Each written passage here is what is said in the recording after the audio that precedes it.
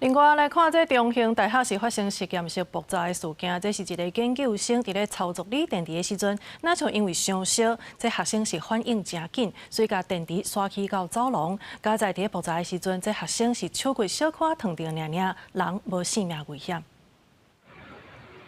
有几多台消防救灾车，初三暗时入去国立中兴大学的校园，学生囡仔拢带一个，原来是校内工学院的实验室发生意外。就是有一些红色，就是有亮红灯，我觉得应该是救护车或警车之类的，可能是做实验的时候发生一些意外。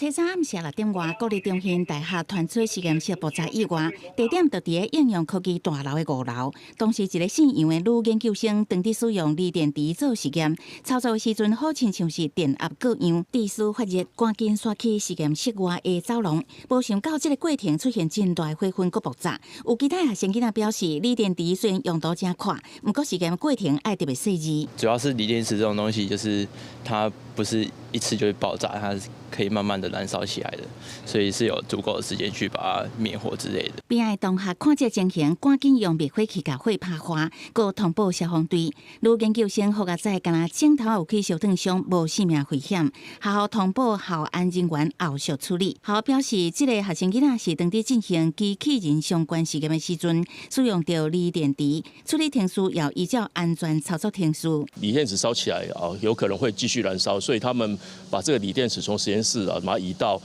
实验室外面的这个走廊比较空旷的地方那而且使用干粉灭火器呢，就把这个火灭掉。校表示，当时当伫进行研究生的课程，要校长伫边协助，初步了解，毋是人为，也是操作无细致造成的。确实的导火原因，要由火调单位进一步调查。记者采访报道。